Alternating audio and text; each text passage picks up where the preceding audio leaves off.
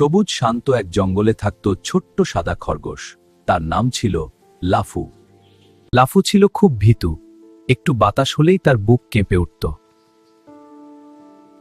জঙ্গলের অন্য প্রাণীরা তাকে নিয়ে হাসত, বলতো, লাফু তো সবকিছুতেই ভয় পায়।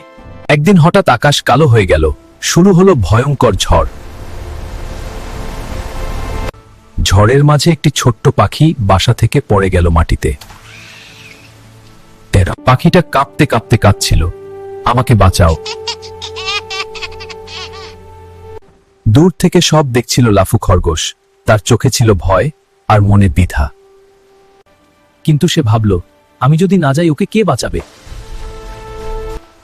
ভয় পেয়েও লাফু দৌড়ে গেল আর নিজের শরীর দিয়ে পাখিটাকে রক্ষা করল। ধীরে ধীরে ঝড় থেমে গেল, সূর্যের আলো ফুটে উঠল আকাশে।